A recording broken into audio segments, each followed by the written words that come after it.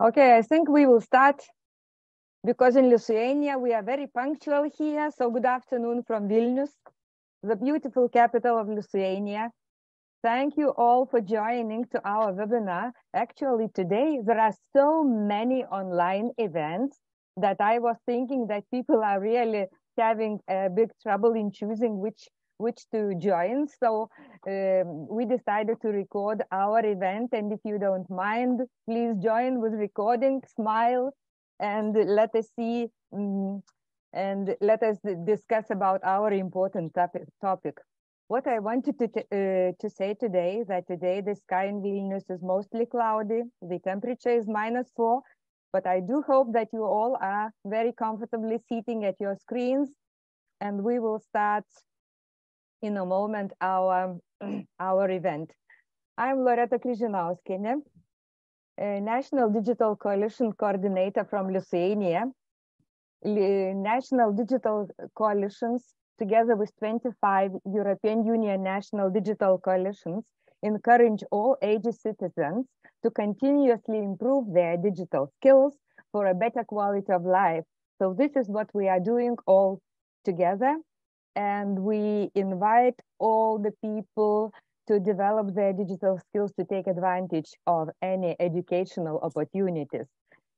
Today's event, which we called Teachers Go Digital: Opportunities, Challenges and Solutions, Lithuanian Case, is organized by Lithuanian National Digital Coalition and Ministry of Education, Science and Sport in Lithuania. This event is a part of European Digital Skills and Jobs Platform joint campaign, Discover Our Dream Job in Digital. So first of all, I would like to invite for a welcome word the Vice Minister of Education, Science and Sport, Agnė KUDARAUSKIENė, to welcome our participants. So thank you very much, Agnė, for joining. Thank you very much, Loreta, and good afternoon, everyone. As you said, that there are many online events today, but actually there are also an event, live event today. So I'm saying my greetings from Kaunas. We have a 2-day conference for the career guidance specialists that work in school. And actually, I would say that most of the presentations and discussions that are being held in this 2-day conference are somewhere around digital skills, because I think we all understand that the future of the children, the future of young people will be very much related in their everyday activities, in their professional activities, in their education with digital skills. So I think this is something that has to be and is, I think, already natural to us. And I'm really happy that this event is taking place today and that you can share the experiences and form this network and to work together to try to, provide the right digital skills to our young people. Well, Lithuania, I am representing the ministry today, so I would like to say that, looking at what we do today and what was done in some previous years, so we're actually implementing ambitious reforms, and we are planning major investments in digital skills in every area. So I would say that activities regarding the data collection, which help to follow students' learning path, monitoring and evaluation, higher IT competences for teachers. These are just some areas in which we are working very hard together, and I'm really happy to see today my colleagues from the EdTech project, from the National Education Agency, and of course the National Digital Coalition, which is our main stakeholder and our main partner in all these areas. I would say that as far as the digital transformation is concerned, we have to have, and I think that we have, horizontal approach in government program implementation plans in all areas. Today I'm representing education, but if we would look to agriculture sector, if we look at economy and innovations to our working life, everywhere we have major digital reforms. And it is very important, especially on the part of the Ministry of Education, that if digital technologies are introduced in the particular sector, if our working processes are changing in every sector, I don't know, in metalworking, in public service, and everywhere else, in medicine and etc., we have to think right away that someone will have to implement them, right? So which means that we have to transfer it into education curriculum as soon as possible, into formal, non-formal, from vocational training, from general education to higher education and to non-formal adult education. So I would say that the most important thing, in my opinion, is to greatly strengthen the digital skills of teachers, lecturers, first and foremost.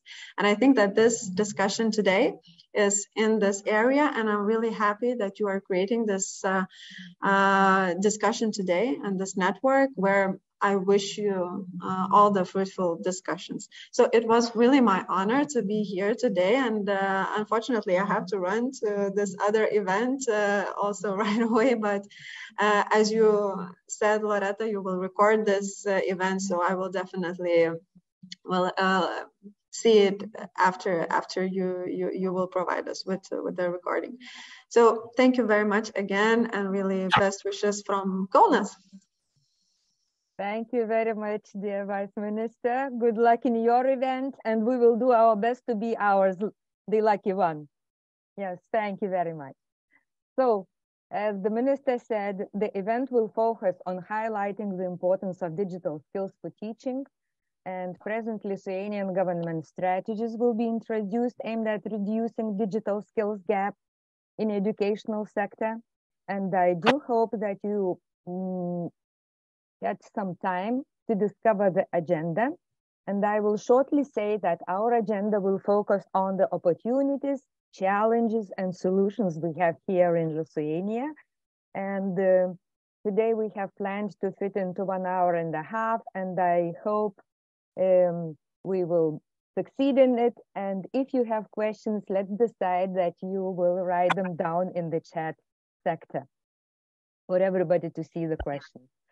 So let us start our event now from the first speaker, and let's listen to the Lithuania's government's ambitions and plans for education in the digital decade, and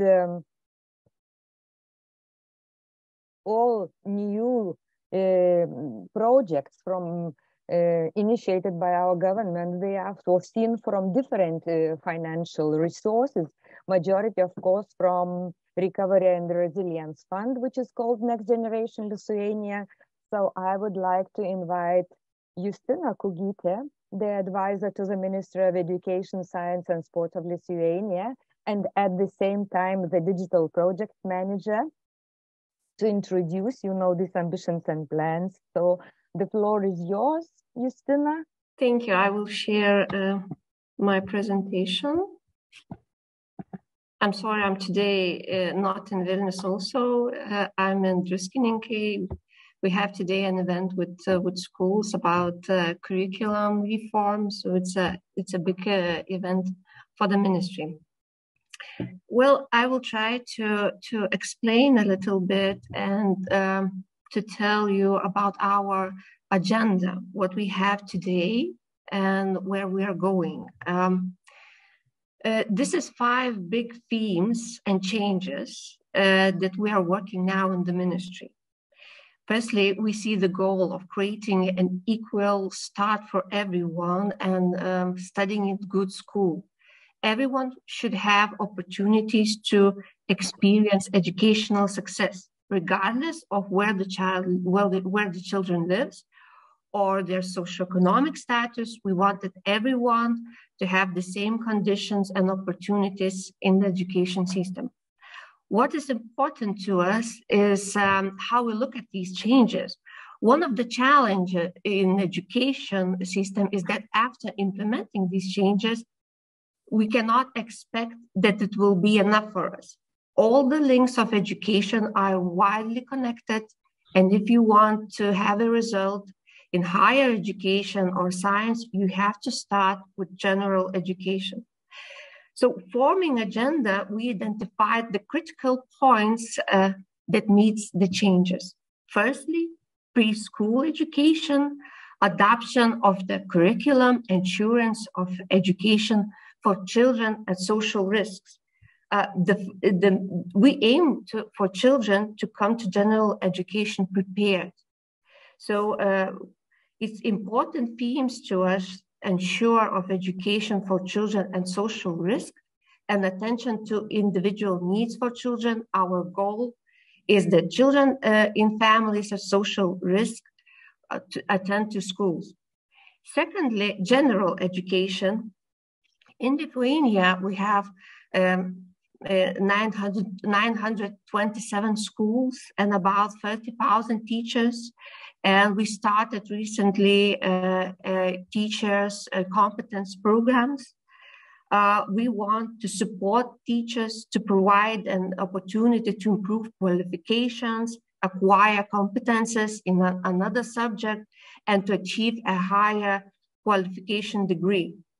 National qualification improvement programs are starting. It comes up with National Teacher Qualification Development Program, Career Model with funding, second qualification, and Digital Competences Program. My colleagues from National Agency will represent this topic more at the second presentations, so I won't stop here. In Lithuania, we have 16 municipalities. Our Millennium School Program for Recovery and Resilience Plan, which purpose is to reduce inequalities in educational achievements within urban and rural territories. The whole project team now is working together with all the municipalities and school communities to prepare progress plans which will be funded. Also, we have in progress higher education. We strive for quality, accessibility in order to attract more students abroad. We standardize the minimum requirements for admissions to higher institutions regardless of the type of studying and financing. The lack of ICT specialists is still a major obstacle in Lithuania's digital transitions, hampering its capability to fully exploit the innovation potential. According to Strata data, there are shortage at least 20,000 of ICT professionals in Lithuania. So a similar or even greater need remains today. To fill this gap, there are a number of initiatives in Lithuania to foster digital skills. In addition, we promote ICT specialists. In Lithuania, there are unlimited state-funded admissions to places in ICT studies in higher education, and that while still ensuring they conform to requirements in terms of level and exams. We want to strengthen Lithuanian Science Council, like a one-stop shop for scientists to allocate resources in one institution, ensure more effective participation of Lithuanian science and study institutions in internal research programs. We started in a mission program from the Recovery and Resilience Plan, where concentrate and direct the combined forces of business and science to solve the most challenging problems of today. And our vocational training, firstly, there are 45 vocational training institutions in Lithuania. We still need to work that vocational training be an attractive and popular choice in Lithuania among the students. Compared to the EU average, we have significantly fewer students choosing vocational training. There is a whole package projects like updating programs, curriculum, more efficient network. So as not to duplicate programs, we wanted our municipalities together with social partners can take decisions about programs and admissions. From new year, Investments will be made in measures to allow quickly prepare, update professional standards, formal and informal vocational training, and informal adult education programs related to development of green technologies and innovations in all specialties, energy efficiency, digitalization. Following the European Skills Agenda and the Council recommendations on individual learning accounts, the One-Stop Lifelong Learning System project will launch next year.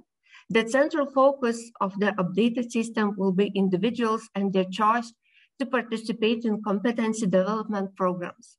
So there are much agenda, much themes to work, and we're still working now, and we will be working on till 2030.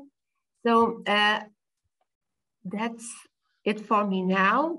For more information, you can find in our official website, or contact me directly, Justina KUGYTę, justina.kugytę@smm.lt. Thank you. Thank you, Justina, for sharing not only agenda, but also the challenges you foresee for these 30,000 teachers and 927 schools in 60 municipalities. These are, I think, important figures to indicate, the scope of the job we have to do here in Lithuania. Yes, so thank you very much. And now I would like to quote one of the European Commission documents, which says, public education and digital skills training is a key element in building a climate-responsive, just and prosperous society with a modern, resource-efficient and competitive economy. And here after reading all the documents, now we would like to listen to European Commission representative who joined us, Vitis for TILGAARD. She is a policy officer at European Commission DG Connect Unit G2 Interactive Technologies, Digital Culture and Education. This is a very long title of hers, but you are really very much welcome in our event, and the floor is yours, Vitis. Thank you, Loreta, and many thanks for the invitation. I will just share my screen so you can see my slides. So hello from Luxembourg. As Loreta said, my name is Vitis for TILGAARD, and I'm part of the team within the European Commission that deals with, notably, digital skills among other files. And I'm very happy to be here to discuss the important topic of digital skills for teaching. And for the next 10 minutes or so, I would like to share with you a bit about some of the initiatives and the actions that we're taking at EU level to promote the development of a high-performing European digital ecosystem for the education, and also enhance citizens' competences and skills for the digital transition. So let's see here. At a general level, we all know that digital transformation has changed our societies and our economies with an ever-deepening impact on everyday life. And the COVID pandemic only increased and accelerated its pace. And digital technologies are now imperative for working, learning, entertaining, socializing, but also accessing everything from health services to culture. So we need a digitally empowered and capable citizens, a digitally skilled workforce, and more digital experts than we do have today. And that's why we've set the targets you see on the slide here in the context of our vision for the digital decade. The targets are of equipping 80% of the population with basic digital skills and of reaching 20 million ICT specialists in Europe by 2030, as well as having convergence between men and women. And to put you into that context, in Lithuania, a little less than half of the population commands basic digital skills, which is below the EU average of 54%. However, Lithuania does excel in terms of gender equality in the digital sector, and you're currently in 4th position in the EU with 24% of ICT positions filled by women. So to support our work in achieving these targets, we have created the Digital Skills and Jobs platform, and it's a one-stop shop for digital skills in Europe, bringing together initiatives, resources, and the digital skills community. And on the platform, you will find good practices, training opportunities, studies, national strategies, data, and opinion posts. There's also a dedicated community space to exchange experiences, to find partners, and for organizations to present themselves. We also have a new feature for pledges where companies, organizations, etc. can make concrete contributions to reducing the digital skills gap in Europe. On the platform, you can also test your digital skills, and the test is available in Lithuanian. The platform is also home to the Digital Skills and Jobs Coalition, which tackles the skills gap by bringing together member states, social partners, companies, nonprofit organizations, and education providers to raise awareness and to encourage organizations to take different actions to support digital skills training. Currently, there are national coalitions established in 25 EU member states, including in Lithuania. And since last year, many of the coalitions have been updating their websites by developing a two-way information system with the main Digital Skills and Jobs platform, thanks to the support of the Connecting Europe Facility program. And at this stage, 11 national coalitions, including Lithuania, have their website connected to the platform and are regularly contributing with new relevant content on digital skills related to their countries. I also want to flag that we regularly organize communication campaigns, such as the one under which this webinar is held, as well as other webinars on the topics of digital transformation and upskilling in Europe, on reinforcing key enabling technologies, and on digital skills for recovery and growth. So I encourage you to join the community, and you can sign up to receive our newsletter on the platform website.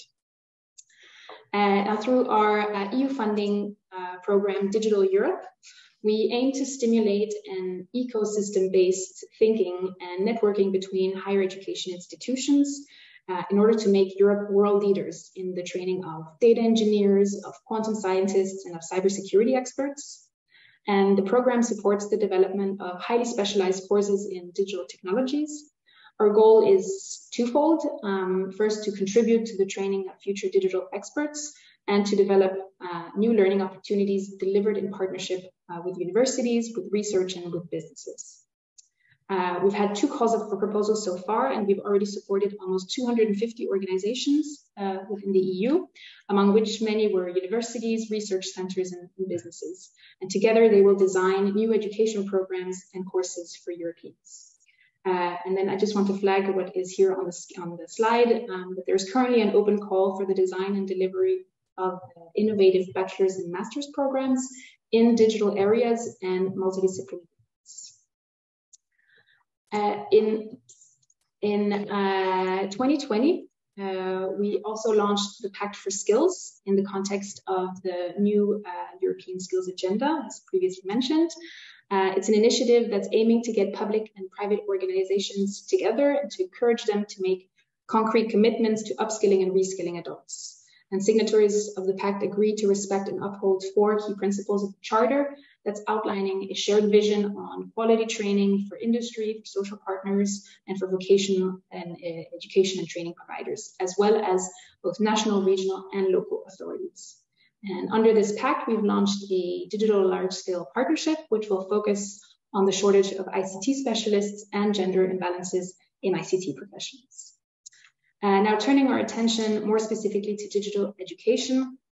As you know, COVID also had an impact there and further accelerated the existing trends towards online and hybrid learning. And it's uncovered new and innovative ways for students and educators to organize their teaching and their learning activities and to interact in a more personal and flexible way online. In parallel, the uptake of digital technologies for education revealed challenges and inequalities between those that have access to digital technologies and those that do not, and challenges related to the digital capacities of education and training institutions, of teacher trainings, and overall levels of digital skills and competences. And so these changes call for a strong and coordinated effort at the EU level to support education and training systems.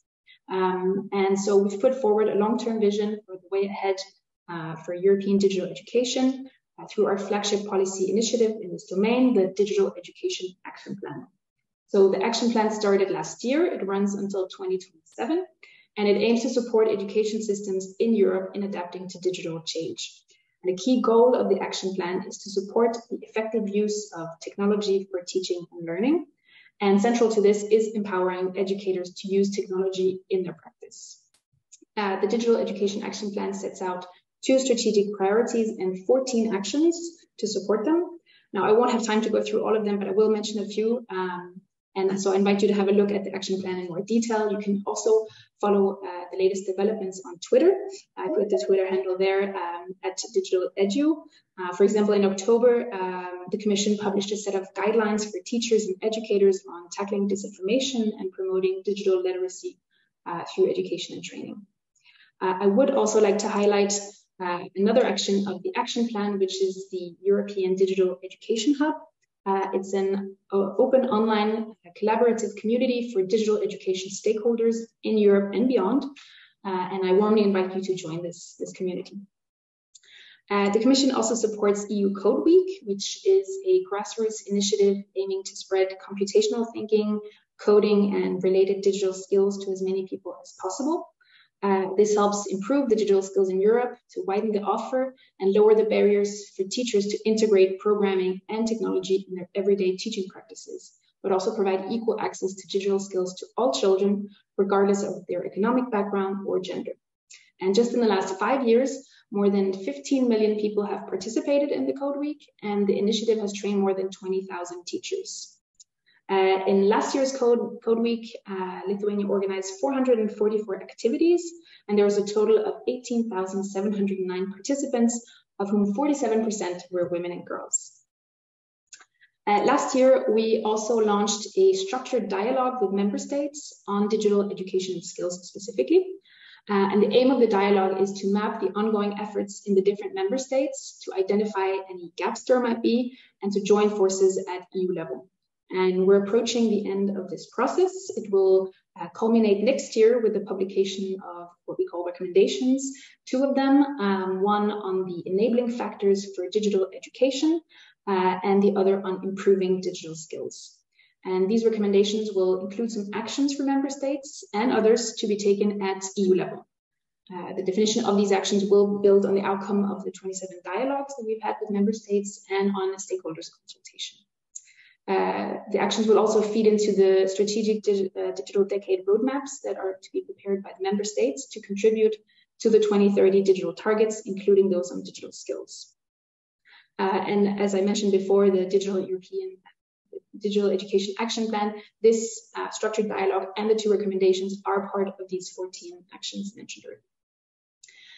Finally, I would like to highlight that 2023 will be the year of skills. This year has been the year of youth, so next year will be skills, as was announced by President von der Leyen in her 2022 State of the Union address.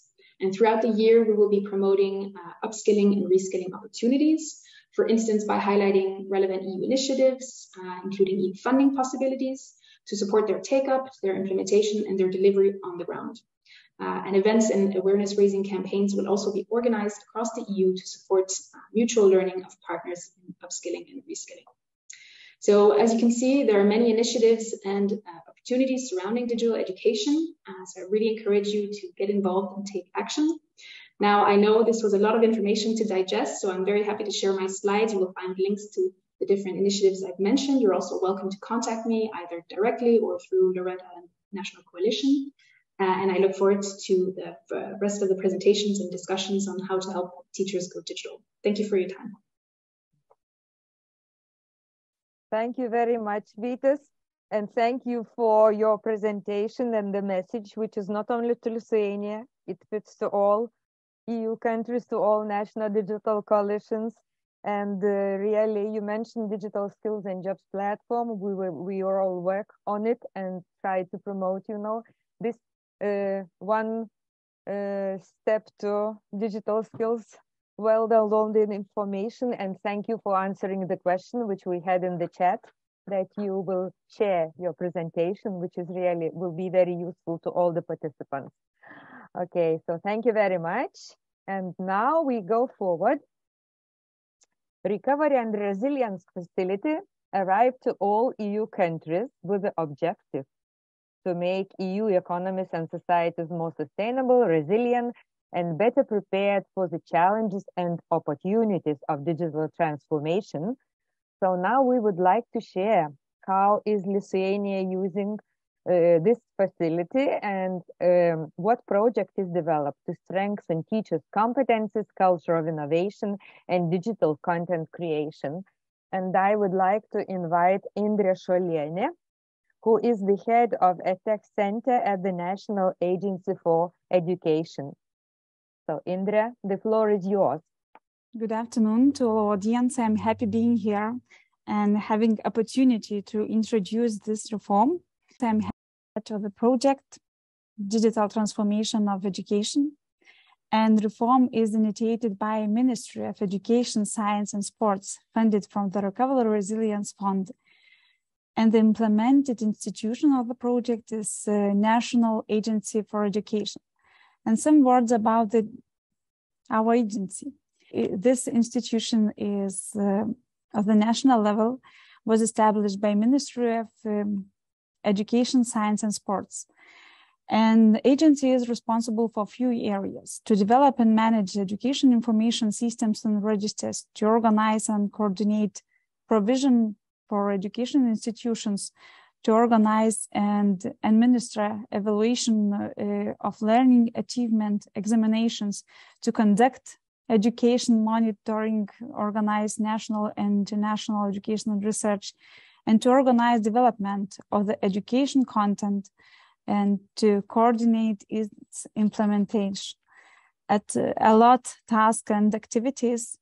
And during the pandemic period, Ministry of Education, Science and Sports initiated some research about the technologies used in the schools. And the studies showed that strengthening and improving the education system, we need to pay more attention to several areas.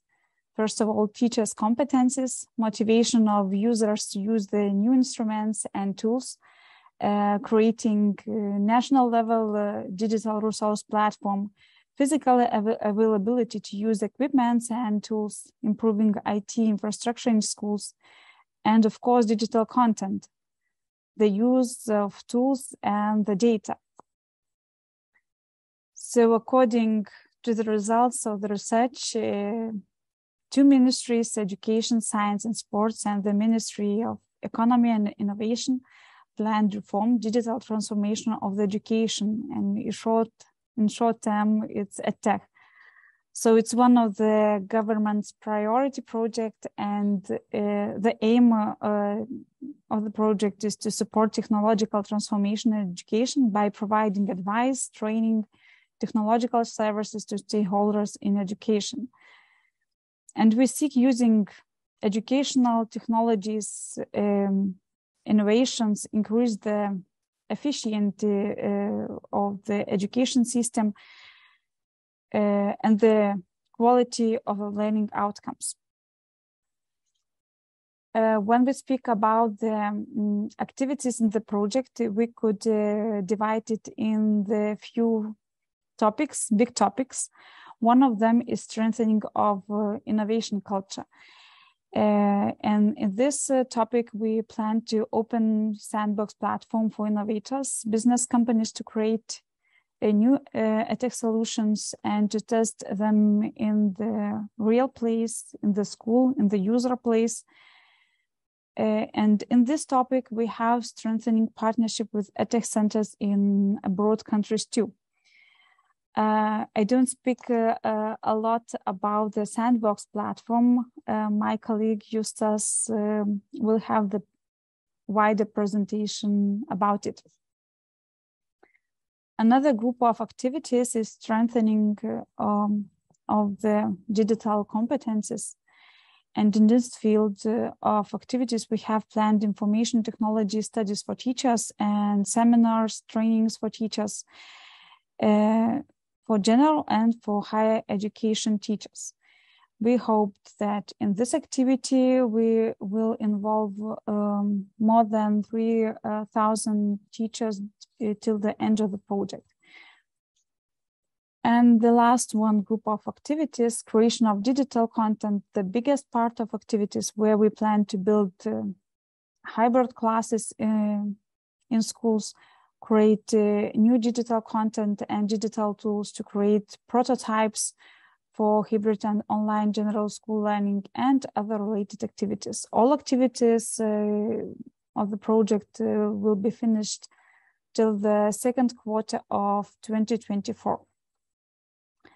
Speaking about teachers' ICT competencies, according to the statistics, our teachers are quite strong with digital literacy competencies, and almost all of them using virtual learning environments, ICT for their subject areas, but very lack competencies of creating content for lessons, sharing it with community, and lack of using innovations in the classes.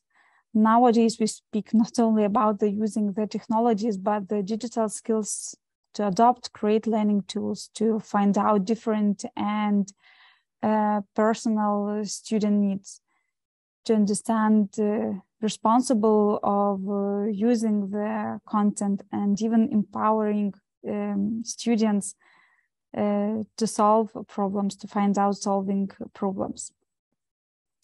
In today's society, new generations are required to have an advanced level of digital competence. And as they are in continuous transformation, the learning habits of students have changed. The needs are not longer the same as 10 years ago. And in the coming next few years in Lithuania, we are planning to have training seminars according to European framework for the digital competence of educators, DITCOM-EDU.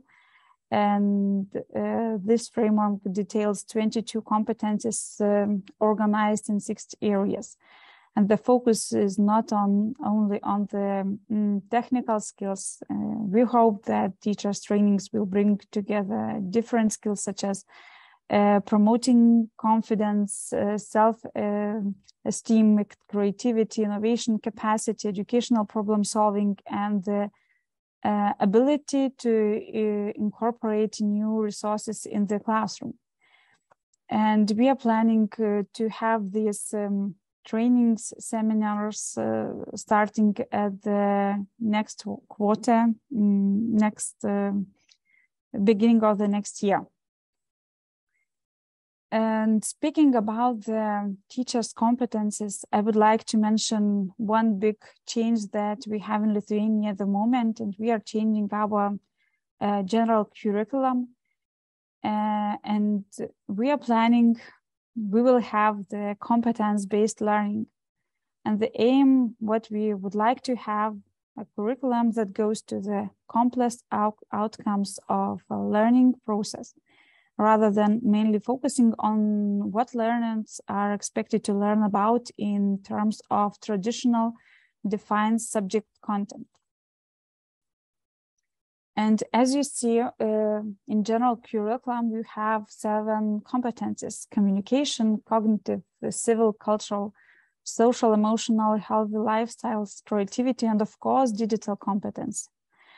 And it's the motivation, ability to use digital technologies to perform tasks, learn, solve problems, and others. And we have connected the teachers' digital competences and the content in the curriculum. One more activity we have in our project, and it's related with the digital learning tools. We have in the reform plan some goals related with digital learning tools. We have catalogs with, we are going to have catalogs with digital learning tools, but it's not, at the moment, our catalogs not enough improved. And they are not improved according even to the new curriculum. And we are planning to create new learning tools with which would be 3 for all schools, adapted for special needs. We have the goal that digital learning tools could give feedback for students, teachers, and even administration about the achievements of the class. And more important aspects, we are suspecting teachers would be involved in this process very actively to motivate them to be creators and to be investigators. And during the reform, we are expecting to improve our online school too. In the picture, you see the website of our online school. And during the reform, we are planning to develop online school too, having user-friendly platform with data, analytics, and the rich catalog with new digital learning tools. And of course, when we have improved our digital learning tools, we need to think about the infrastructure. And speaking about infrastructure in the schools, some investments are planned in our project too. Every year we have national programs allocated to the infrastructure of the schools, computers, tablets, laptops, and other equipments. So in the project, we are planning to build and to buy hybrid learning tools, to have more hybrid learning classes in the general schools and audiences in the high education schools. Thank you for your attention, and I think that only working together we can make big changes. So I invite all these conference participants to be a part of the tech. Thank you very much, Indrė, for sharing your great plans. One question to you. Teachers will have a lot of, we understood that teachers will have and already have a lot of possibilities to improve their digital competences. Do you mean teachers in the formal education or informal as well? Will you include informal education teachers also to develop their competences? Yes, of course, in the formal education. And we are going to find out the best way to improve the skills. And as I mentioned, we have a lot of discussion about competences, about computing thinking competences in the formal education curriculum, So actually our studies will be for the formal education in this project. Okay, thank you. So if you stop sharing your presentation and let us share it with participants, if you send it to us, it would be very nice. And we understood that the project has just started, and I would like now to invite our next speaker, Justas Paulikas, from the National Agency of Education, and his presentation will follow the previous presentation and will share with us some already tested innovative solutions and tools, if I'm not mistaken. So Justas, the floor is yours. So hello everybody, my name is Justas Paulikas. I work at EdTech Center as Educational Technology Specialist. I'm not going to very precisely share the innovations implemented in the schools because the testing phase is not done already. But I'm going to give you some examples and workflow of how we're trying to improve innovation culture in the, sorry, didn't turn off my sound of the messenger, and here we go. So like I mentioned before, I will be talking about how we are doing the workflow of implementing new products into the schools, how to react to the processes. And right now, at the moment, we had quite good success, in my opinion. We had 16 startups after the committee decision, and we had right now we are testing in 110 plus schools the products, and I'm gonna get to the products more precisely a little bit later. But first of all, let's get started because I like to speak and really want to fit into the time. So first of all, what is EdTech? So EdTech by definition is educational technologies. More I tried to Googling and diving a little bit deeper into the definition. So in a way, the most definitions felt that EdTech is basically new educational technologies to implement into the classrooms, improving teaching methods, improving curriculum, etc., etc.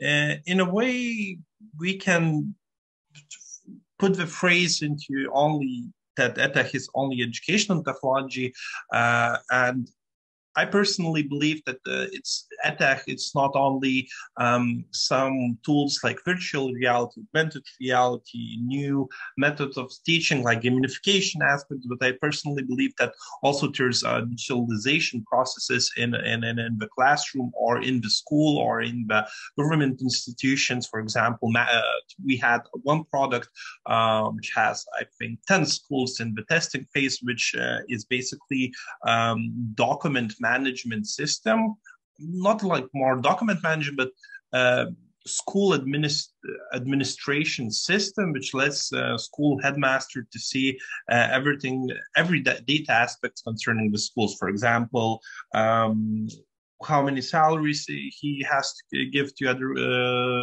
to the teachers, how many, how big is the risks in some classes. So EdTech, by definition, is not only new tools, new curriculum, new technologies, but it's also some of the automatization processes in the management aspect. So first of all, before starting this project, we had a case study trying to understand better what's happening currently in the education system. And right now we have four main problematics in the sphere. So limited involvement of the teachers in the innovation creation process. So I'm going to give you a small example. I know that it is an international conference, but I was a teacher for 2 years. I never heard from my colleagues, myself, or everybody or anyone in Lithuania that the teachers were invited to co-create startups, give their feedback, their opinions on the startups. So right now we have a very interesting problem that businesses have their own view of how to solve some of the school problematics, and the teachers are left out of the process.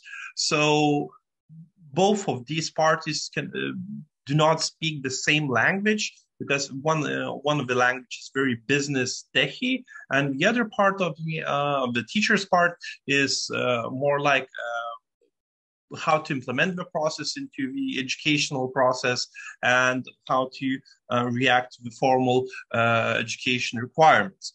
So the idea is one of the ideas is to solve and to make the teachers and businesses to start talking to each other in a same language, right? So second of all, the problematic is that innovators have limited access to test and develop products in educational institutions. I think that's because we're quite young democracy right now in the world, and the business practices in the 90s or early 2000 weren't that very good, in my personal opinion, because the schools always reacted to businesses that they always want to try sell you more, to do more upselling, and how in a way betray you at the end, because they only care about money, not children education at the end. So the idea is to change that culture, giving the innovators, the businesses, to try to test their products in the schools. And right now it works pretty well. I called a few schools, a few municipalities. Everybody's quite happy with the testing phase, because the main thing, what we have in agreement between business and school, is that the school, by no definition, has to buy the product. It's like free trials. So the schools are quite happy about that. And some of them start speaking that they're going to find money from municipality or in the school budget to buy the product. So it's a very great idea that the businesses aren't made in the school eyes as some evil corporations who wants on the bad things. And when in reality, they truly care about children's education. Third of all, lack of competence in applying digital innovation. Like I mentioned before, businesses are very techy, they're starting to speak about virtual reality, augmented reality. Meanwhile, the schools still lacking basic ICT skills. So the idea is to bridge this gap and to solve this problem by showing schools the next gen innovations, and vice versa, the schools showing how to apply the products more into the formal or non-formal education. And fourth of all, which brings us to the final point, is no culture of applying educational technology and innovation. So like I mentioned before, and when we think about that in a way, EdTech is quite young. I mean, only 10 years ago, we started getting our first smartphones. So when you think about, and we hear these discussions concerning VR, augmented reality, robots in education, it happened like 3-5 years ago. There are not a lot of educational research, and the idea is, like I mentioned before, to bridge the gap between startups, businesses, and schools to make everything better for everybody. So let's continue. Very quick summary. What the Educational Technology Center does is supporting schools and the teachers in implementing the latest educational technologies and education. So in my job perspective, I'm basically working as a call center consultant for the schools. Our approach to this problematic and how, I mean, lack of cooperation is that first of all, in my opinion, we as an agency shouldn't control the process very fully and try to call everybody asking if they're okay, if they're doing well. So the idea how we solved it after the conference and when the schools made their decision which startups to want to work with, we had an agreement businesses that they're going to have do onboarding call to the schools and introduce them how to use the system. That worked very good. From the feedback I got from municipalities and the schools, everybody's happy that there wasn't some third controlling institution and that there was very direct cooperation between school and businesses. To support developers in the reapplication of new digital learning tools in the educational institutions. So the idea, like I mentioned before, in many cases, startup businesses lack the understanding what's happening in the educational sphere. So also, one of my jobs, the education center jobs, is to be translator of educational data. What does it mean for the schools to give them pinpoints of what is right now happening in the education sphere and what they have to improve. Creating an accessible and efficient catalog platform for digital learning tools. So like my leader head of the team mentioned concerning eSchool is that we have to create a normal, efficient catalog platform for digital schools in one place for every teacher to find and use them very precisely at their work. Fourth of all, developing an efficient framework for improving teacher digital competencies. That was explained by Indrė, and strengthening international partnerships on digital technology. So I think when we as an EdTech center, we are speaking much more on an international basis when we are trying to find startups from different countries. It's really strengthening international partnerships. For example, in a few weeks' time, I got requests from Estonia startups, Poland startups, how they can start the testing phase into Lithuania schools. So the idea of international partnerships is very good. What is also mentioned by OECD that not only you have to improve the partnership part, especially international part, but it's also a very good stimulus for local startups, because what OECD mentioned in Education Outlook report is that every startup has to understand, especially in the education sphere, that they have to scale as much as they can, as fast as they can, because in 3 to 5 years' time, they're going to be defeated by bigger companies or corporations from abroad. So how the testing phase went and what was happening, there was an open call for everybody. So solution developers, startup developers is open to anyone who develops tools for education. So there was an idea that everybody can participate in the product, in the testing phase. Then the committee, the jury, made a conclusion and decided which products will be offered to the schools. And then the schools decided to which products they want to test. So, for example, this is a more brief and logical explanation of how it went.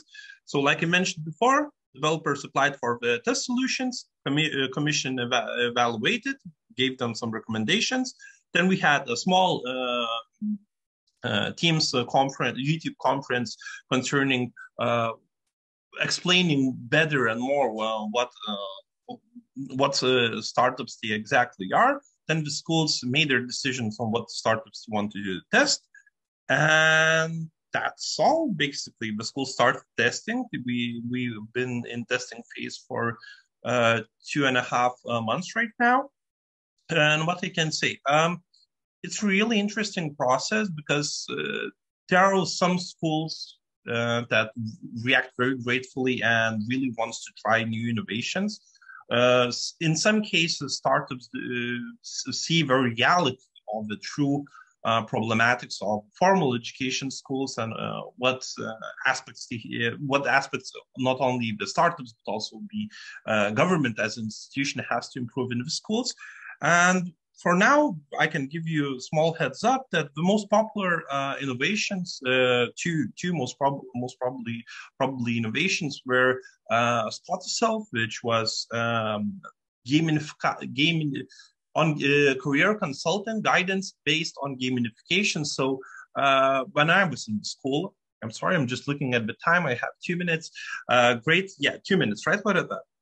Great. So when I was in school, I always had this paper-based test concerning my career, and nobody truly understood what these tests give you. It was like free lesson because you just randomly write down the answers and then you have an answer that you have to be, I don't know, a doctor or something like that. It didn't make real sense. So what Spot Yourself did, it's based on gamification. It created a platform to collect a lot of amounts of data, of course, in agreements in GDPR field and in agreements with the school, and they can give you more data-based solutions, automatize the work of the consultants by giving them more data and giving the children more precise, way where their career has to go. Second, most popular was Reflectus. Reflectus is basically reflection feedback system, which you can use on your smartphone, tablet, PC. And yeah, that's all. So what I want to say before finishing up, because I know that there are Lithuanians listening to me, countries from Europe. First of all, if your country has any startups, just write me via LinkedIn. I will be very grateful if you send me some solutions that we could test on the schools. And for the Lithuanian schools, what we want to mention, be prepared, follow the news, because on first weeks on February, will be going into the third phase of the testing. With more startups, I hope, with more freedom. And yeah, I think that's all. I'm prepared for the questions. I think I said everything. So does anybody has any questions or perhaps any startup already? Thank you very much, Justas. It seems like you are a very much devoted person, and the Educational Technology Center is very lucky to have you. So thank you very much for explaining, this EdTech term, and with all the automatization processes, not only tools and solutions. So thank you very much. And, I think that our participants, we will send everybody, the recording of this session.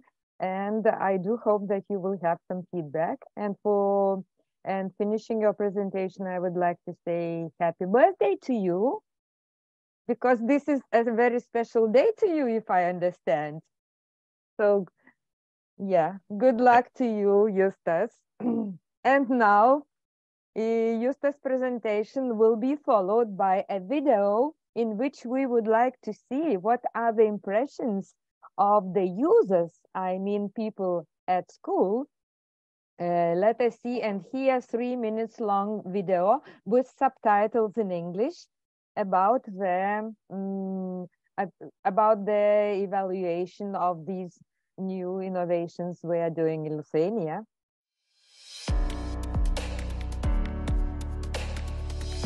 Verslas tikrai turi greitį, ne, turi greitus sprendimus, komunikaciją, įvaizdį ir labai gerai tai gali tą padaryti. Švietime mes to neturime.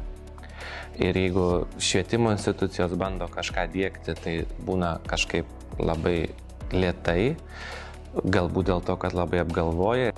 Bet reikia verslui vieno dalyko - labai bendradarbiauti su mokykla.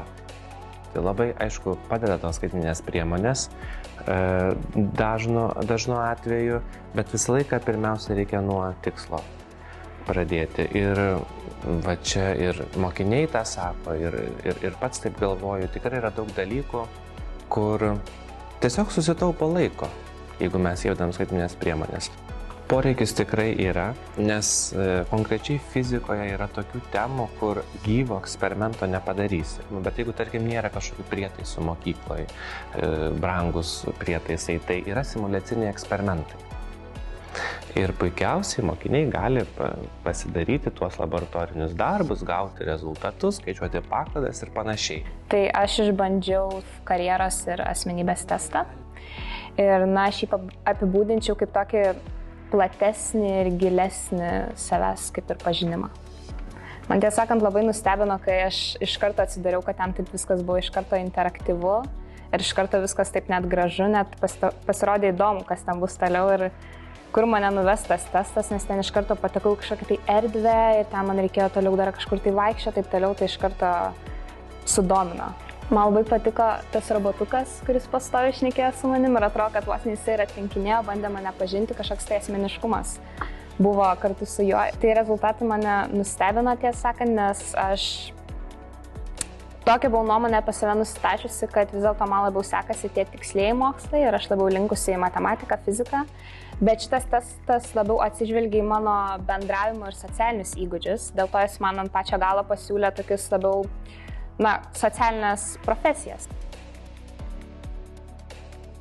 Ši kelionė į Izraelį man paliko tikrai neišdildomus įspūdžius ir tai, ką pamatėm, tai, ką sužinojom ir kokią patirtim dalinosi vietos institucijos, tikrai bus sėkmingai, tikiu, kad bus sėkmingai panaudotos ir Lietuvoje.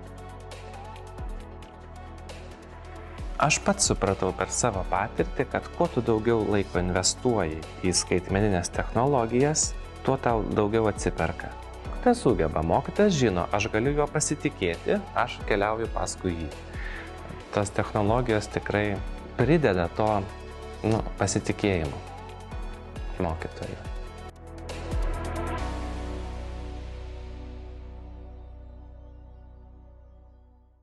Okay, that was a nice video and a nice change from our speakers. So now we are coming to solutions part, different solutions we would like to have here in Lithuania to try. And it is my pleasure now, my great pleasure to introduce Create Lithuania program, which enables professionals to contribute towards shaping the future of modern Lithuania with their ideas and professional knowledge. Since 2012, Create Lithuania has been annually inviting professionals with international acquired experience to participate in the program. And those who agree to participate in Create Lithuania program, they advise to the public sector bodies on national or regional issues in a number of areas, implement innovative projects and ideas. And now I would like to invite Julija Skerniškytė, who is the one from Create Lithuania Talents at the Ministry of Education, Science and Sports. And Julija is invited now to introduce her project. And as far as I know, she is not working on the project by herself. She has some team members and they are very much interested in in similar ideas in other countries, in similar experiences. So if you have any, so please let us know and we will get in touch. So we are eager now to find out your project.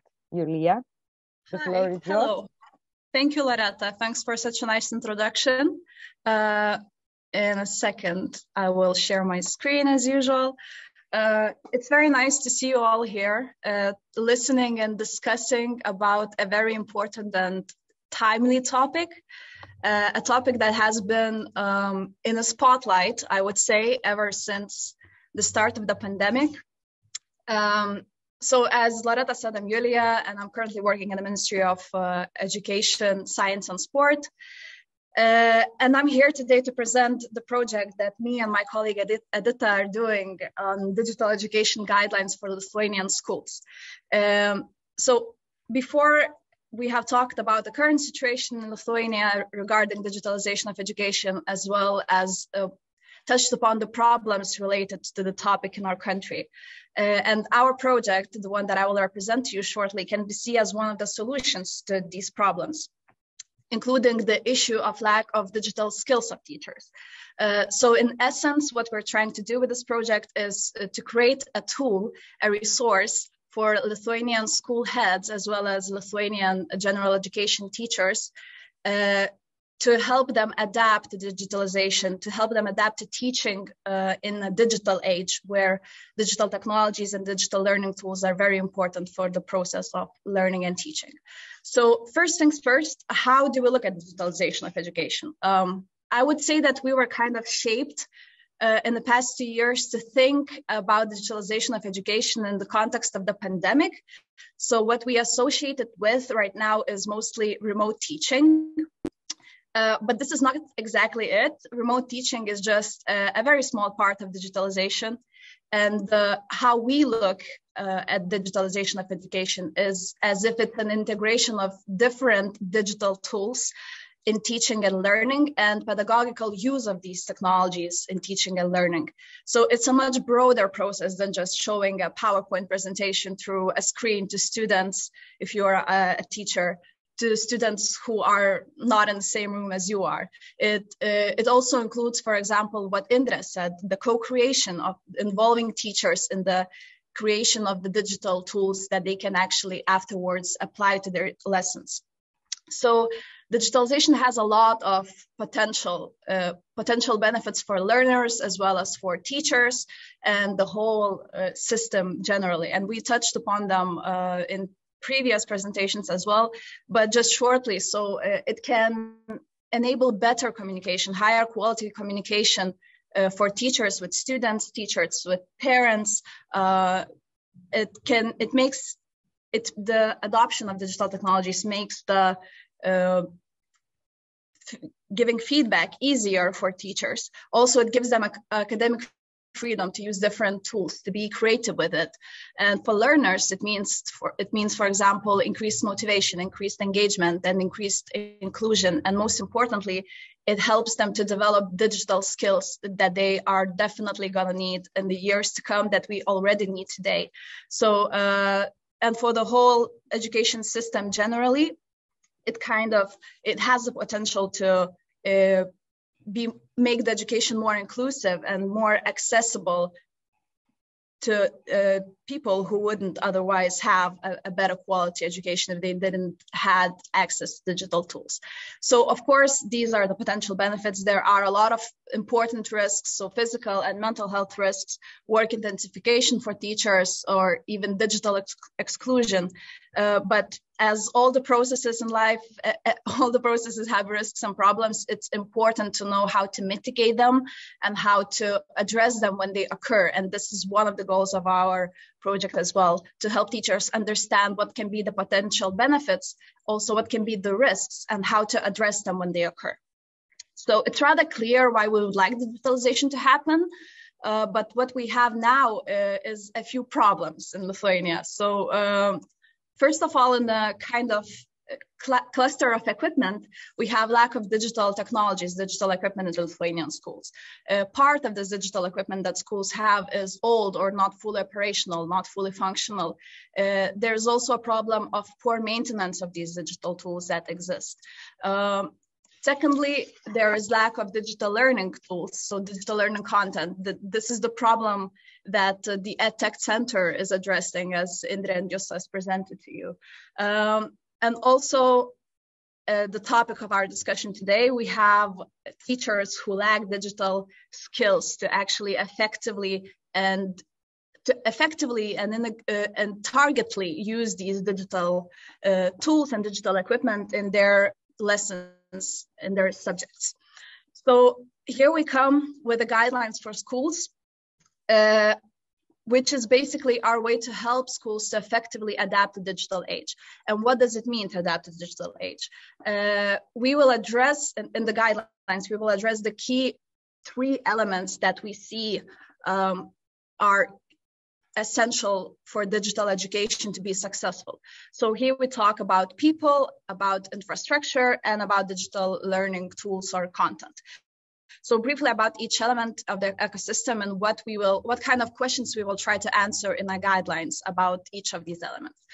So in the cluster of people, here we talk mostly about the digital skills of teachers as well as digital skills of school heads and the attitudes of teachers and school heads towards digitalization, kind of highlighting that it's important that school leaders as well as teachers would be willing to embrace digitalization, would not resist it, would have the knowledge about what it brings, what the process brings, the risks and the benefits, how to address them. But most importantly, here we talk about the digital skills. So what are the digital skills of teachers? We will try to simply put it for Lithuanian teachers in this part of the guidelines, of course, relying on the ComEdu that Indrė has already mentioned, and also to make it so that the guidelines provide a one-stop shop for resources for competence development, so that teachers would know where to go and where to look for these opportunities to develop the digital skills, Then we go on to the infrastructure. Here we talk about the hardware, about the digital equipment. So the kind of questions that we will try to address in this cluster is how much and what kind of hardware a school should have, a classroom should have. So what kind of tablets, laptops, computers, interactive whiteboards, projectors, so on and so forth. What does it depend on, what kind of digital equipment my classroom should have if I'm a teacher? And recommendations on what would be the key technical requirements for this hardware when you as a school head are trying to buy and trying to find the equipment to buy.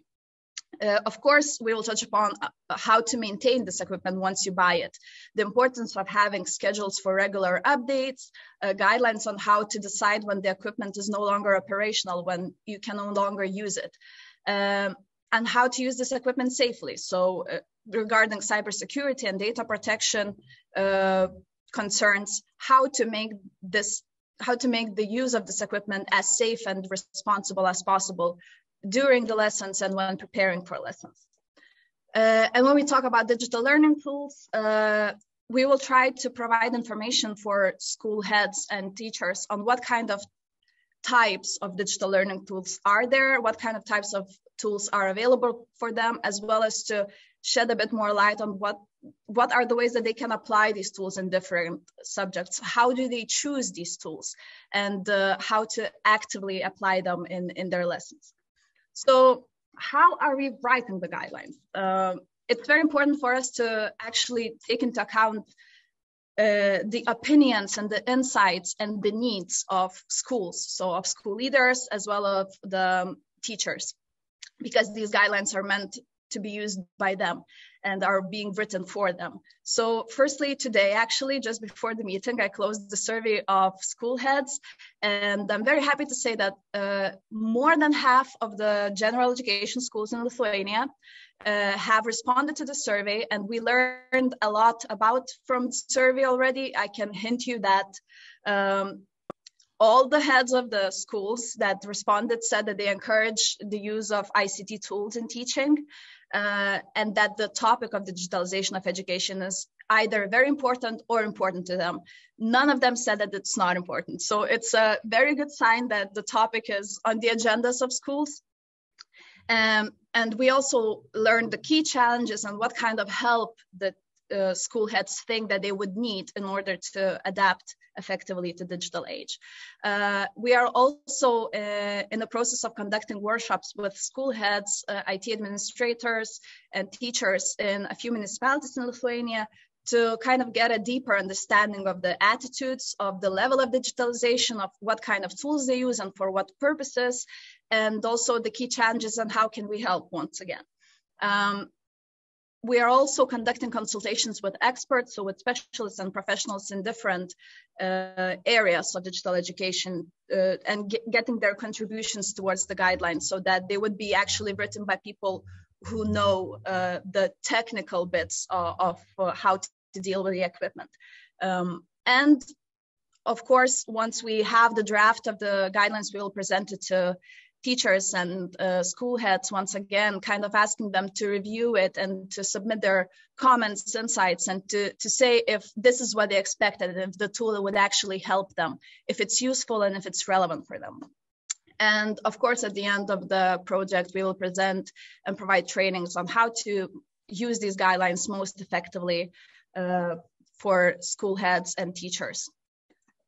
What do we expect out of all of this? So firstly, we expect that our guidelines will be used by teachers and heads of schools. So in terms of the cluster of people, we would expect that when using guidelines, the school leaders and teachers would understand the importance of digital skills and would be aware on how to improve these skills. When we talk about the infrastructure, we hope that the guidelines would help schools to plan and calculate acquisition of equipment, to make targeted purchases, not just something that they came from on top of their head that they're going to buy 50 computers. No, you need to calculate these things to know what kind of equipment you need. Also, to know how to appropriately maintain this equipment. And regarding the cybersecurity and data protection issues and concerns, the guidelines we expect would help teachers to foster a safe and responsible use of equipment during lessons and in preparing for lessons. And lastly, in terms of digital learning tools, we would hope that guidelines will provide teachers and school heads clarity and information on how to make decisions about what kind of digital tools to select and where to acquire them, and also how to encourage their active application in different subjects. So this is it on my part. I hope that you enjoyed not only my presentation, but the presentation of all the presenters before me. Thank you very much for your attention. Thank you, Loreta, for organizing this. And if you have any comments or questions, I always welcome them at the email that I have been providing you on the slides. Thank you once again. Thank you very much, Julia. You know, I'm so happy about this project idea, and I'm happy that you included school administration into it, and especially the head of school, because he is the most important decision maker, and very often, you know, it depends on his or her personal even opinion how the school goes on in this and changing in this digital age. Yeah, so thank you for this great idea. Wish you all the best, good luck, and we will be looking to the result, to the final version.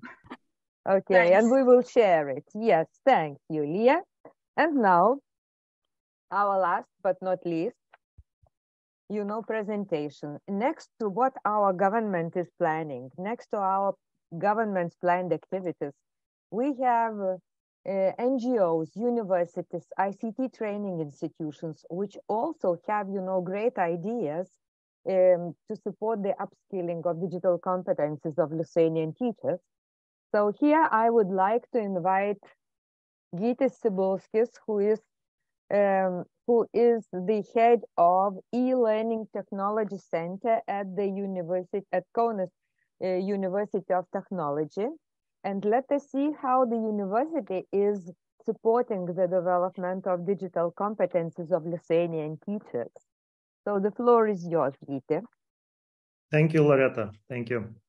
So, yes, we are the Kaunas University of Technology, mainly focusing on development and support of open source based EdTech tools and services for training and learning. So we are experts in Moodle learning management system. We are using and providing services of Big Blue Button, H5P is integrated, or EduMeet, other tools. And those tools, of course, also need some competences from the teachers. And when we started our deep dive into this educational sector, the large-scale services, they come with this Horizon 2020 project Up to You. So we had the project which called Up to University.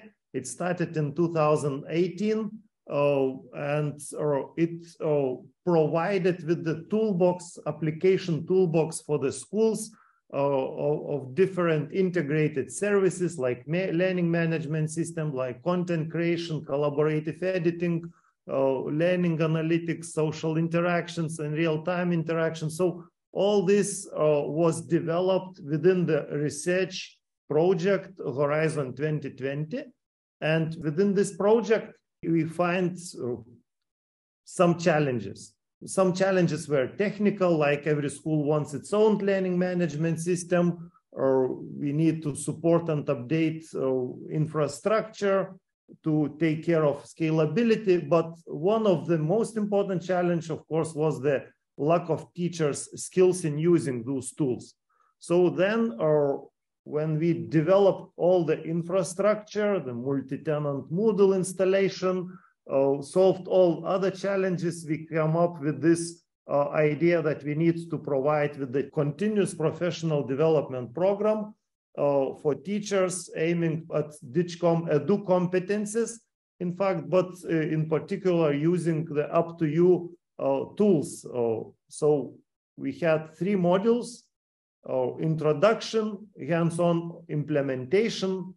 Teachers were creating their own learning material, training course on the Moodle environment, other tools we introduced. And the 3rd module was the idea of train the trainers. So the teachers who passed first 2 modules, they could become the trainers of their colleagues or in their school, in their district, in their town. And we were quite successful with that. So before this COVID started, we had more than 1,000 teachers involved in these trainings just in Lithuania.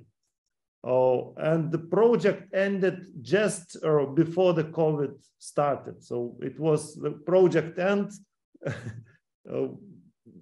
and all the results were opened for the COVID situation. And we really went to really large scale.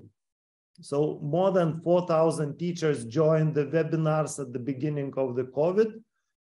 We provided them with the training, and we installed a lot of new Moodle instances for different schools. So more than 270 schools joined this Moodle platform.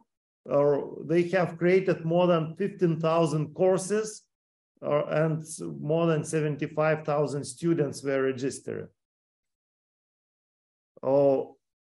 After the project, we extended this continuing professional development programs created.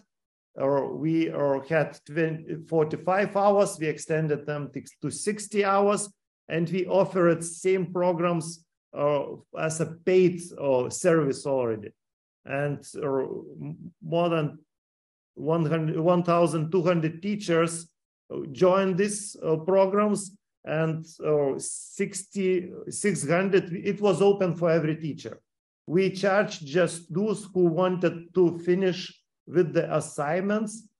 We could verify their completion and provide the certificate. So 600 of them decided to aim for certificate and finish those programs with the certificate. So it was also a huge success, and we didn't stop at that. So we decided that we go further on to establish a local Moodle hub instance for content sharing, to establish co-creative community of teachers, to empower teachers with some learning analytics, further develop teacher training programs, and we applied for several new Erasmus projects, not the Horizon, but Erasmus smaller projects, and they were approved. Most of them, so we have 4 new projects approved, and I would like to present just few of them. So up to DigiSchool, the project which is the continuation of the success of Up to You, and it is a viable pedagogical approach for digital school education based on experience of Up to You. And in this project, we have main goals to improve the current situation in digital education in Europe, to support schools, teachers, and educators developing digital skills and competences of students, and to extend the free open source Up to You platform with new features and services. So we have partners from Italy, Greece, Poland, Lithuania, and we have a target groups of students 30 years and older, teachers, school leaders, and educators, of course, with these training programs. So the main results: learning scenarios portal integrated with the learning platform, extended learning platform, teacher training program, digital school ready educator, and self-paced massive open online course approaches to digital learning. We are developing those results with the partners. We have a milestones. So the first year is ending. Now we are installing the portal for the learning scenarios. We are starting to develop training programs. We will have probably the piloting of those training programs, small pilots next year. And we will have large-scale pilots on 2024. So main KPIs of the project, we are expecting to have 500 schools involved, 500 teachers tested the platform and registered on the massive open online course, 250 teachers participated in the pilot testing, 500 visitors on the portal repository, learning scenarios, 85 video tutorials, and 7 multiplier events with over 200 participants involved. So what I would like to do, I would like to invite you to visit our website, up2digischool.eu. And if you are a teacher, we would like to invite you to fill in the survey. We are collecting data for survey, for anonymous survey on teacher training needs. So another project, I mentioned that learning analytics is also important and growing subject. So we have a VCollab project, collaborative and transparent use of learning analytics in online university courses. So it's more oriented to the higher education, but we're expecting that results could be applied also to the school sector later on. In this project, we will use a challenge-based learning to solve the problems of low students' engagement when it's online environment, find ways to achieve greater participation in the learning process, design engagement in which behavioral data analysis and neurophysical data analysis will be used to identify factors that enhance students' engagement, and learning analytics or its application to update learning methods in online learning environment. So we have also partners from all around the Europe. And the last project I would like to tell a few words. This is the Lithuania coordinated project, coordinated by Kaunas Regional Training Center. It's an innovative educational approaches and practices for migrant pupils to maximize effectiveness of their social inclusion and school performance. When the project was prepared, we didn't yet knew that we will have a lot of immigrants and from Ukraine, from the war zone. And now we expect that those results of the project will be really very useful to integrate those pupils into current education system. So we are developing professional competences of teachers and special educational staff to create an inclusive academic, social, and emotional environment for migrant pupils. We have partners from Romania, Turkey, and Bulgaria. And the results will be the online course for teachers and special education staff, inclusive educational approaches for successful integration of migrant pupils, toolkit for teachers and special educational staff. We use some vertical classroom model and innovative approach to deal with diversity in classroom, and the living lab building supporting community, and the set of practical pedagogical experiences, successful pathways to social, emotional, and cognitive integration. So that's it from my side. Thank you very much. I believe I fit in time. Yes, Vitis, thank you. You see, you have introduced 3 projects, and I think this is not the end. You really have even more. So I think for all national digital coalitions, it is very important, you know, to share between partners their best practices, their projects they are implementing, you know, so that together, you know, to reach, you know, better results. So I think we have covered everything on the list. This is what we wanted to share with you today. Very big thank you to all the presenters and to all the participants of the conference for your interest and your will, you know, to be involved in this important development of digital skills, culture, innovation, and digital content. It is extremely important to help and support our teachers in this lifelong period of preparation, especially today. And I hope that our event is not only about developing digital skills, it is rather, it speaks about how education in the 21st century should look like. So I will repeat what our European Commission representative Vitis has said, that the President of the European Commission, Ursula von der Leyen, proposed to make to 2023 the European Year of Skills.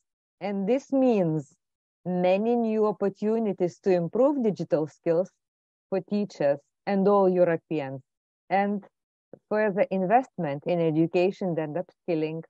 So let us be in touch, share ideas and good practices, develop useful project ideas. And I would like to wish you great pre-Christmas time and meet you next year. Thank you. Thank you.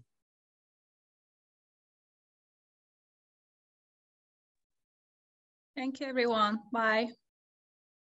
Bye.